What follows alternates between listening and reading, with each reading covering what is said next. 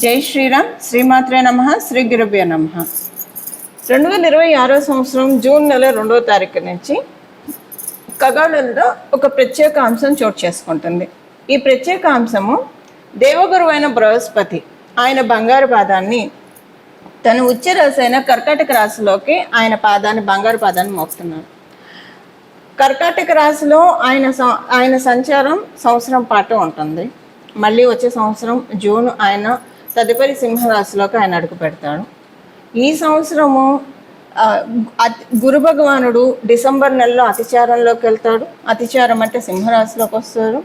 ఆ తర్వాత మళ్ళీ కర్కాటక రాశిలోకి వస్తారు. అంటే ఈ సంవత్సరం మనం మొత్తంగా చూసుకుంటే కనుక గురు భగవానుడు అతిచారంలోకి వెళ్ళడం, మళ్ళీ వక్రగతిలోకి వెళ్ళడం, ఇవన్నీ ఉన్నాయి. ఇవన్నీ మళ్ళీ మనము అప్పుడు ప్రత్యేకంగా మాట్లాడుకుందాం. ఆ డిసెంబర్ నెలలో అప్పుడు మళ్ళీ దాని గురించి ఎలాంటి రిజల్ట్స్ ఉంటాయి అనేది మళ్ళీ చేస్తాను. ఓవరాల్గా అసలు గురు భగవానుడు కర్కాటక రాశిలో ఉండడము, తన ఉచ్చ రాశి, అన్ని రాశుల్లోకి ఆయనకి స్పెషల్ రాశులు కొన్ని ఉంటాయి, 3 ఉన్నాయి. అందులో ఆయన స్వక్షేత్రాలను మినహాయిస్తే ఇంకా స్పెషల్ రాశి, ఇంకా ఆయన ప్రత్యేకమైన రాశి ఉచ్చ రాశి కర్కాటక రాశి. ఈ కర్కాటక రాశిలో ఇప్పుడు గురు భగవానుడు సంచారము ద్వాదశ రాశుల వాళ్ళకి, ద్వాదశ లగ్నాల వాళ్ళకి ఎలాంటి మంచి ఫలితాలు ఇవ్వబోతుంది. మళ్ళీ మనకి ఇలాంటి గ్రహస్థితి రావాలంటే, అంటే మళ్ళీ మనకి గురు భగవానుడు కర్కాటక రాశిలోకి రావాలంటే, ఒకసారి కర్కాటక రాశిలో ఆయన సంచారం ముగించిన తర్వాత మళ్ళీ 12 సంవత్సరాలు పడుతుంది. ఈసారి చాలా విశేషాలతో కూడుకొని ఉంది కర్కాటక రాశిలో గురు భగవానుడు సంచారము. అందులో ఇంకొకటి ఏంటంటే శనేశ్వరుడు, శని మహారాజు మీనరాశిలో ఉండడము. మీనరాశి ఆయన స్వక్షేత్రము. ఇప్పుడు రేవతి నక్షత్రంలో శని భగవానుడు సంచారం సాగుతూ ఉంది. 9వ దృష్టితో ఆయన మీనరాశిని చూడడము ఇదొక స్పెషల్ అంశము. కాలపురుషుడు కుండలిలో వ్యయరాశి మీద ఆయన దృష్టి పెట్టారు. సో ఈ వ్యయరాశి మీద ఆయన దృష్టి పెట్టడము, ఆయన స్వరాశి అవ్వడము, అందులో ఉచ్చరాశిలో ఉండి చూడడము, ఇవన్నీ కూడా చాలా అంటే చాలా మంచి ఫలితాన్ని ద్వాదశ రాశుల వాళ్ళకి, ద్వాదశ లగ్నాల వాళ్ళకి కలగజేస్తుంది. కొన్ని రాశుల వాళ్ళకి, కొన్ని లగ్నాల వాళ్ళకి కొంచెం వాటిని అందుకోవడంలో కొంచెం ప్రయత్నం వారు చేయాల్సి ఉంటుంది. అవేంటో మనం చూద్దాము. ఇప్పుడు మొత్తంగా అసలు ద్వాదశ రాశుల వాళ్ళకి, ద్వాదశ లగ్నాల వాళ్ళకి, 27 రాశుల వాళ్ళకి గురు భగవానుడు ఆయన ఉచ్చక్షేత్రమైన కర్కాటక రాశిలో ఉంటూ కాలపురుషుడు కుండలిలో నుంచి చతుర్థ స్థానంలో ఉంటూ ఆయన ఎలాంటి ఫలితాన్ని ప్రసాదిస్తారో చూద్దాము. మనము శ్రీరామచంద్రమూర్తి జన్మజాతకం తీసుకుంటే ఆయన పుట్టినప్పుడు గురు భగవానుడు బృహస్పతి ఆయన ఉచ్చ రాశిలో ఉన్నాడు, కర్కాటక రాశిలో ఉన్నాడు. అలాగే శ్రీకృష్ణ పరమాత్ముడు ఆయన జన్మజాతకం చూసుకుంటే ఆయన జన్మజాతకంలో కూడా గురు భగవానుడు ఉచ్చక్షేత్రంలో ఉన్నాడు, అంటే కర్కాటక రాశిలో ఉన్నాడు. అలా ఇప్పుడు అందరికీ కూడా, అంటే మనందరికీ కూడా ఉచ్చ రాశిలో ఆయన ఉన్నాడు. ఇది ప్రతి ఒక్కళ్ళకి వర్తిస్తుంది. ఇప్పుడు కొంతమంది ఉంటారు అదృష్టవంతులు, వాళ్ళు పుట్టినప్పుడే గురు భగవానుడు కర్కాటక రాశిలో ఉన్నవాళ్ళు. అలా ఇప్పుడు మీరు ఎవరైనా ఉంటే కనుక మీకు ఇంకా చాలా మంచి ఫలితాలు వస్తాయి, అంటే ఎక్కువ ఫలితాలు, రెట్టింపు ఫలితాలు ఉంటాయి. అలా లేకపోయినా కూడా కాలపురుషుడు కుండలిలో ఆయన కర్కాటక రాశిలో సంచారము ద్వాదశ రాశుల వాళ్ళకి, ద్వాదశ లగ్నాల వాళ్ళకి మంచి ఫలితాలని ప్రసాదిస్తుంది. ఈ ఫలితాలు ఏంటి, ఇవన్నీ కూడా ఇప్పుడు మనం 1 by 1 ప్రతి ఒక్క రాశికి విడివిడిగా మాట్లాడుకుందాం. ఇప్పుడు గురు భగవానుడు ఉచ్చ రాశిలో ఆయన ఎలాంటి ఫలితాలు ఇస్తారు అని మనం తెలుసుకోవడానికి ముందుగా కొన్ని ప్రత్యేక మీ జన్మ కుండలిలో కనుక గురు భగవానుడు మీరు పుట్టినప్పుడు కర్కాటక రాశిలో ఉంటే చాలా మంచి ఫలితాన్ని ఇస్తారు. ఎవరికైనా గురు భగవానుడు మకర రాశిలో ఉంటే, అంటే మకర రాశి ఆయన నీచక్షేత్రం, ఇప్పుడు వాళ్ళకి చాలా బాగా ఉంటుంది. అసలు మామూలుగా అయితే మకర రాశి ఆయన నీచ రాశి కాబట్టి ఇప్పుడు చాలా బాగుంటుంది. అంటే ఇక్కడ సమసప్తకాలు అవుతాయి. ఆయన నీచ రాశిలో ఉన్నాడు, మళ్ళీ ఇక్కడ గోచార గురుడు కర్కాటక రాశిలో ఉన్నాడు. సో సమసప్తక స్థితి ఇరుగురు వర్యులకి కూడా చాలా మంచి ఫలితాలని కలగజేస్తుంది. అలాగే కర్కాటక రాశిలో ఉంటే ఇది చాలా మంచిది, ఎందుకంటే జన్మగురుడు మీద గోచార గురుడు సంచారము, ఇది చాలా మంచి ఫలితాలను ఇస్తుంది. అలాగే ఎవరికైనా వృశ్చిక రాశిలో గురు భగవానుడు ఉంటే ఆయన 5వ దృష్టితో చూస్తూ ఉంటారు కాబట్టి మంచి ఫలితాలను ఇస్తుంది. మీన రాశిలో ఎవరికైనా ఉంటే మీనరాశిలో ఉంటే గురు భగవానుడు, అది కూడా చాలా స్పెషల్ ట్రాన్సిట్గా మీకు ఇంకా అంటే కొంతమందికి ఎక్స్ట్రా ఫలితాలు ఉంటాయి, మంచి ఫలితాలు ఎక్కువగా వస్తాయి. ఎవరెవరు అనేది ఈ స్థితిలో కనుక ఉంటే, అంటే గురు భగవానుడు మీ జన్మ జాతకంలో కర్కాటక రాశిలో ఉన్న, వృశ్చిక రాశిలో ఉన్న, మకర రాశిలో ఉన్న, మీన రాశిలో ఉంటే ఇంకా ఇది మీకు చాలా స్పెషల్ గోచారం అని చెప్పాలి. చాలా స్పెషల్ గోచారం, ఎక్కువ మంచి రెట్టింపు మంచి ఫలితాలను ఇస్తుంది. అందున ప్రత్యేకించి మకర రాశిలో గురు భగవానుడు ఎవరికైనా ఉంటే మీరు పుట్టడమే అంటే ఇక్కడ మళ్ళీ క్యాన్సిలేషన్స్ ఉంటాయి. ఇక్కడ కనుక మీకు మంగళతోటి కూడి గురు భగవానుడు ఉంటే కనుక అప్పుడు గురు భగవానుడు ఆయనకు ఉచ్చస్థానం, మంగళకి ఈయన నీచస్థానం కాబట్టి ఈయనకి నీచ భంగం అయిపోతుంది. అప్పుడు మీకు ఇది మీకు నీచలో ఉన్నట్టు కౌంట్ కాదు. ఇంకా ఒకవేళ అలా ఉంటే ఇంకా మంచిది. అలా ఎవరికైనా ఉంటే కనుక మంగళ జూపిటర్ కనుక మకర రాశిలో ఉంటే ఈ ట్రాన్సిట్ చాలా బాగా ఉంటుంది. అలా లేదు ఉత్తగా జూపిటరే ఉన్నారు అనుకోండి, ఉత్తగా గురు భగవానుడే ఉన్నారు అనుకోండి మకర రాశిలో, ఇంకే ప్లానెట్స్ ఉన్నా కౌంట్లోకి రాదు. మంగళ ఉంటేనే ఆయనకి ఇక్కడ క్యాన్సిలేషన్ అవుతుంది. ఒకవేళ జూపిటర్ రెట్రోగ్రేషన్లో ఉన్నా కూడా ఆయన ఉచ్చ స్థానంలోనే ఉన్నట్టు కన్సిడర్ అవుతుంది మకర రాశిలో. అసలు మామూలుగా ఇదంతా లేకుండా జూపిటర్ కనుక గురు భగవానుడు కనుక మకర రాశిలో ఉంటే ఇది ఇంకా స్పెషల్ ట్రాన్సిట్ అవుతుంది. మీరు మీ జన్మ జాతకంలో కనుక గురు భగవానుడు మకర రాశిలో ఉంటే మీరు గురుబలం లేకుండా పుట్టారు కాబట్టి ఇప్పుడు మీరు దాన్ని మళ్ళీ వచ్చే 12 సంవత్సరాల వరకు ప్రొటెక్ట్ చేసుకోవడానికి అవకాశం ఉంటుంది. దానికోసం ఈ సంవత్సరం మొత్తం కూడా గురు భగవానుడు ఆరాధన చేస్తే చాలా మంచి ఫలితాలు ఉంటాయి. ఇప్పుడు నేను చెప్పిన ఈ ప్రత్యేక గ్రహస్థితిలో ఉన్న వాళ్ళ మటుకే కాదండి, మనందరికీ కూడా మళ్ళీ 12 సంవత్సరాల వరకు కూడా మనం గురుబలాన్ని సెక్యూర్ చేసుకోవడానికి, గురుబలాన్ని భద్రపరచుకోవడానికి ఇప్పుడు ఆహార నిల్వలు చేసుకుంటే మనకి డబ్బు నిల్వలు చేసుకుంటాం, ఆహార నిల్వలు చేసుకుంటాము, సేవింగ్స్ చేసుకుంటాము. ఇవన్నీ మనం మెటీరియల్గా చేసేది. మనం అకల్ట్గా ఏం చేస్తున్నాము, స్పిరిచువల్గా ఏం చేస్తున్నాము, మనం చేసే ప్రతి మంచి పని కూడా మనకి గురుబలాన్ని యాడ్ చేస్తూ ఉంటుంది. ఈ సంవత్సరం ఎంత ఎప్పుడు మంచి పనులు చేస్తూ ఉండాలి. ఈ సంవత్సరం ఎంత వీలైతే అంత మంచి పనులు చేస్తూ ఉంటే కనుక గురుబలం ఆటోమేటిక్గా యాడ్ అయిపోతుంది. మీరు గురుతత్వం కల దేవీ దేవతని పూజించినా పూజించకపోయినా కూడా మానవ సేవ మాధవ సేవ అన్న చందాన మీరు ఉన్నవాళ్ళైతే మీరు ఎప్పుడు గురుబలంతో ఉన్నవాళ్ళే. ఇప్పుడు ఇంకా దాన్ని చేస్తే కనుక ఇంకా మంచి ఫలితాన్ని చూడొచ్చు. సో ఇలా మనం అందరం కూడా 12 సంవత్సరాల వరకు గురుబలాన్ని సెక్యూర్ చేసుకోవడానికి this is the right time undoubtedly.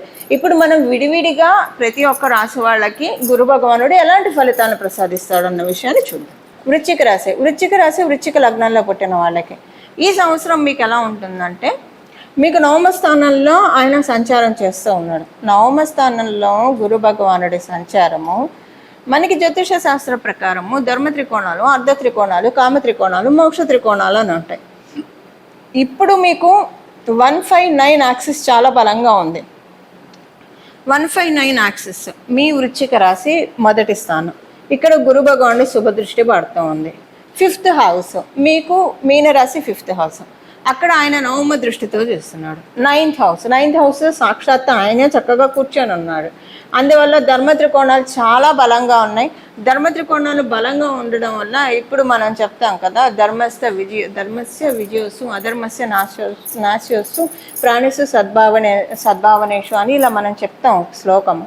అలా ఇప్పుడు మీకు విజయాన్ని కలగచేయడానికి మిమ్మల్ని చక్కగా ఒక మంచి మార్గంలో గురు భగవానుడు పెడుతున్నారు. అంటే మీరు ఏదో మంచి మార్గంలో లేరని కాదు, ఇంకా ప్యూర్ చేసుకుంటూ రిఫైన్ చేసుకుంటూ ఇప్పుడు మనం వెళ్తుంటే ఒక్కోసారి ఒక గైడ్ లేకపోతే కనుక మనం ఇప్పుడంటే అందరూ గూగుల్ మ్యాప్స్ పెట్టుకుంటున్నారు. ఇదివరకు కాలంలో మనకు తెలియని రూట్లో వెళ్ళినప్పుడు అక్కడ ఎవరెవరైతే చుట్టుపక్కల ఉంటారో వాళ్ళని అడుగుతూ ఇటే ఫలానా ప్లేస్కి వెళ్ళాలంటే ఇటే వెళ్ళాలా అని అడుగుతూ ఉంటాం. సో అలాగే మన జీవితంలో కూడా ఏ డెసిషన్స్ తీసుకోవాలి, ఏ డెసిషన్స్ తీసుకోవడం వల్ల మనకి బాగుంటుంది, ఇది ఒక్కొక్కసారి చాలా కన్ఫ్యూజింగ్గా ఉంటుంది. ఇప్పుడు వాటన్నిటి నుంచి కూడా గురు భగవానుడు బయటపడేస్తున్నాడు. మీకు ఒక బెస్ట్ గురువు మీకు దొరుకుతాడండి ఈ సంవత్సరము. లేదా మీకు ఆల్రెడీ ఒక గురువు మీకు ఉంటే కనుక వాళ్ళ నుంచి మీకు చాలా మంచి ఎనర్జీ మీకు వస్తుంది. వాళ్ళ నుంచి మంచి ఎనర్జీ వస్తుంది, మీకు మంచి గైడెన్స్ కూడా దొరుకుతుంది. అలా మీకు ఈ సంవత్సరం అంతా కూడా చాలా అంటే ఒక పూల పాట అని చెప్పడంలో ఎలాంటి సందేహం లేదు. చాలా మంచి పీరియడ్లో వృశ్చిక రాశి వృశ్చిక లగ్నాల్లో పుట్టిన వాళ్ళు ఉన్నారు. ఇంకా 2027లో పంచమ స్థానంలోంచి ఆయన కూడా శని మహారాజు కూడా వెళ్ళిపోయి 6వ స్థానంలోకి వస్తారు. అప్పుడు చూడండి ఇంకా బాగుంటుంది. సూపర్ పీరియడ్లో ఉన్నారు వృశ్చిక రాశి వృశ్చిక లగ్నంలో పుట్టిన వాళ్ళందరూ కూడా చాలా అంటే చాలా మంచి పీరియడ్లో ఉన్నారు. అదే మీరు ఒకవేళ వృశ్చిక రాశి వృశ్చిక లగ్నంలో పుట్టకపోయినా మీరు మంగళ దశలో ఉంటే కనుక ఇప్పుడు ప్రస్తుతము మీకు కూడా సూపర్ పీరియడ్, మంగళ దశలో ఉన్న మంగళ అంతర్దశలో ఉన్న ప్రెజెంట్ మీకు సూపర్ పీరియడ్. ఇక్కడ నుంచి చాలా మంచి పీరియడ్ ఇక్కడ నుంచి స్టార్ట్ అవుతుంది. లెక్క పెట్టుకోండి, life before 2026 June, life after 2026 June అనేది మీరు లిటరల్గా ఎక్స్పీరియన్స్ అవుతారు. చాలా మంచి ఫలితాన్ని గురు భగవానుడు ప్రసాదిస్తూ ఉన్నాడు. సో ఇది మీకు అంటే అన్ని రకాలుగా బాగుంది. ఒకటంటే నేను చెప్పచ్చు ఈ పాయింట్ బాగుంది, ఈ పాయింట్ బాగుంది, ఈ పాయింట్ బాగుంది. అన్ని పాయింట్లు బాగుంటే ఇంక లైఫ్లో జరిగే ప్రతిదీ కూడా విడివిడిగా చెప్పలేను కదండి. అందువల్ల మీరందరూ తెలివైన వాళ్ళు, విఘ్నత గలవాళ్ళు కాబట్టి మీకు అర్థమైపోయే ఉంటుంది. చాలా బాగా ఉంది. మీరు రిజాయిస్కి రెడీగా ఉండండి, సిద్ధంగా ఉండండి. The best period. అది నేను ముందు చెప్పినట్టు మీరు వృశ్చిక రాశి వృశ్చిక లగ్నంలో పుట్టినా ఒకవేళ మీరు అందులో పుట్టలేదు, మీరు మీ ఇంట్లో వాళ్ళ రాశిని చూస్తున్నారు లేదా ర్యాండమ్గా ఈ వీడియో చూస్తున్నా, మీకు ఒకవేళ మంగళ దశ జరుగుతున్నా మీకు ఈ పాయింట్ అప్లికేబిలిటీ ఉంటుంది. మంగళ దశ మంగళ అంతర్దశ జరుగుతూ ఉన్నా కూడా రెడీగా ఉండండి. ఈ సంవత్సరం నుంచి చాలా అంటే చాలా మంచి మార్పులు మీ జీవితంలో చూస్తారు. ఇవి వృశ్చిక రాశి వృశ్చిక లగ్నంలో పుట్టిన వాళ్ళకి ఫలితాలు. చూశారు కదా, మీ రాశి వాళ్ళకి గురు భగవానుడు ఉచ్చ క్షేత్రంలో ఉంటూ ఎలాంటి ఫలితాలను ప్రసాదిస్తూ ఉన్నారు. వీటిని అందిపుచ్చుకోవడానికి మన వంతు ప్రయత్నం కూడా మనం చేయాలి కదా. ఎప్పుడైనా మన వంతు ప్రయత్నం మనం చేస్తే ఫలితాలు రెట్టింపుగా ఉంటాయి. అవి వచ్చేవి వస్తూనే ఉంటాయి. కానీ మనం కూడా మన వంతు ప్రయత్నం అవి అందుకోవడానికి చేస్తే కనుక వాటిని మనం ఇంకా ఎక్కువగా విడిచిపెట్టుకోవడానికి అవకాశం ఉంటుంది. గుర్తుపెట్టుకోండి, 12 సంవత్సరాల దాకా మళ్ళీ ఇలాంటి గ్రహస్థితి మనం చూడలేము. ఇప్పుడే మొదలైంది కాబట్టి సంవత్సరం పాటు ఉంటుంది. ఈ సంవత్సరం పాటు ఉన్న గురు భగవానుడు ఉచ్చ స్థితిని మనం అందరం ఎలా మొత్తంగా తీసుకోవాలి అంటే ఎలా మనం దాన్ని సద్వినియోగం చేసుకోవాలి, ఒడిసి పట్టుకోవాలంటే పరిహారం చేయాలి. ఏం పరిహారం చేస్తే కనుక మనము దీన్ని సద్వినియోగం చేసుకున్న వాళ్ళం అవుతాము, అది ఇప్పుడు చూద్దాము. గురువుల ఆరాధన, మెయిన్గా గురువుల ఆరాధన ఈ సంవత్సరం అంతా కూడా ఆశాంతం కూడా చాలా మంచి ఫలితాలను ఇస్తుంది. మీరు ఏ గురు రూపాన్నైనా ఆరాధించండి. అమ్మవారు గురు రూపంలో చూస్తే సరస్వతి అమ్మవారి రూపంలో ఉంటుంది, రాజశ్యాముల అమ్మవారి రూపంలో ఉంటుంది. దక్షిణామూర్తి శివుడు జ్ఞానాన్ని ప్రసాదిస్తాడు దక్షిణామూర్తి స్వరూపంలో. శ్రీ గురు దక్షిణామూర్తి స్వామి వారిని ఆరాధించవచ్చు, దత్తాత్రేయ స్వామి వారిని ఆరాధించవచ్చు, రాఘవేంద్ర స్వామి వారిని ఆరాధించవచ్చు. కృష్ణం వందే జగద్గురు, మనకి కృష్ణుడు కూడా కృష్ణ పరమాత్మ కూడా జగద్గురువు. సో ఆది గురువు శంకర భగవత్పాదులను ఆరాధిస్తారా లేదా సాయిబాబాని ఆరాధిస్తారా, మీ ఇష్టం. ఏ దేవీ దేవతలనైనా సరే ఈ సంవత్సరం మొత్తం కూడా గురువు సమానమైన దేవీ దేవతను, గురు సమానం కాదు, గురుతత్వాన్ని సూచించే దేవీ దేవతలను ఆరాధిస్తే కనుక చాలా మంచి ఫలితాలు వస్తాయి. ఇప్పుడు ఒక వారం ఏంటంటే అందుకే మనకి గోచారంలో గ్రహస్థితులు తిరుగుతూ ఉంటాయి. ఎందుకంటే సపోజ్ ఎవరైనా పుట్టినప్పుడు వాళ్ళకి గురుబలం లేదనుకోండి, ఎగ్జాంపుల్కి గురుబలం లేకపోతే కనుక జీవితంలో చాలా ఇబ్బందులు ఉంటాయి. అంటే లక్ మనకి కావాలంటే గురుబలం ఉండాలి. ఇది వీళ్ళ అదృష్టవంతులు వీళ్ళకి అన్నీ అలా అయిపోతూ ఉన్నాయంటే గురుబలం ఉంటే అవుతుంది. ఇలా గురుబలం అందరికీ దొరకకపోయినా భగవంతుడు అవ్యాజ కరుణామూర్తి కాబట్టి ప్రతి సంవత్సరం కూడా గోచారంలో వచ్చే ఇలాంటి స్థితిగతుల వల్ల మన జన్మజాతకంలో గురుబలం ఉంటే దాన్ని ద్విగుణీకృతం చేసుకోవడానికి, ఒకవేళ జన్మజాతకంలో గురుబలం లేకపోతే దీనిని పెంపొందించుకోవడానికి మరియు దాన్ని తీసుకోవడానికి, గురుబలాన్ని మనం తీసుకోవడానికి, అబ్జర్వ్ చేసుకోవడానికి ఇది చాలా సరైన అవకాశం. 12 రాశుల వాళ్ళకి, 12 లగ్నాల వాళ్ళకి, 27 నక్షత్రాల వాళ్ళకి కూడా. అందువల్ల గురుతత్వాన్ని సూచించే దేవీ దేవతల్ని ఈ సంవత్సరం మొత్తం కూడా ఆరాధిస్తే చాలా మంచిది. ప్రతిరోజు కూడా ఉదయాన్నే నిద్ర లేస్తుంది మనం ఇక్కడ తల మీద చేపెట్టుకొని వందే గురు పదద్వంద్వం అనే నామాన్ని ఉచ్చరిస్తూ లేవడము. అంటే ఇక్కడ మనకి గురు పాదకులు ఉంటాయి శిరస్సు మీద, అందుకే మనకి ఇది చాలా పవిత్రమైన స్థానం. ఇక్కడ ఈ స్థానం పవిత్రమైన స్థానం. ఉదయాన్నే లేస్తూనే ఇలాగా వందే గురు పదద్వంద్వం అని ఎప్పుడైతే మనం చెప్పుకుంటూ ఉంటామో అంటే దీని అర్థం ఏంటి, గురువు యొక్క పాదాలకి శిరస్సు ఉంచి ప్రణామం చేస్తూ ఉన్నానని చెప్పి ఈ మంత్రం యొక్క అర్థం. ఇలా ఉదయాన్నే అనుకుంటూ లేవడం వల్ల మన జన్మజాతకంలో గురుబలం పెరుగుతుంది. మీరు అదృష్టవంతులయ్యి మీ జన్మజాతకంలో గురుబలం ఉంటే ఇది ఇంకా యాడెడ్ అడ్వాంటేజ్ అవుతుంది. ఇప్పుడు ఇలా మనం గురుబలాన్ని పెంపొందించుకొని మన జీవితాన్ని ఉన్నంతలో అదృష్టవంతంగా మార్చుకోవడానికి చక్కటి సదావకాశాన్ని గోచారంలో బృహస్పతి ప్రసాదిస్తూ ఉన్నాడు. గోచారంలో బృహస్పతికి అన్ని ప్లానెట్స్ కూడా చాలా భక్తితో ఆరాధిస్తాము.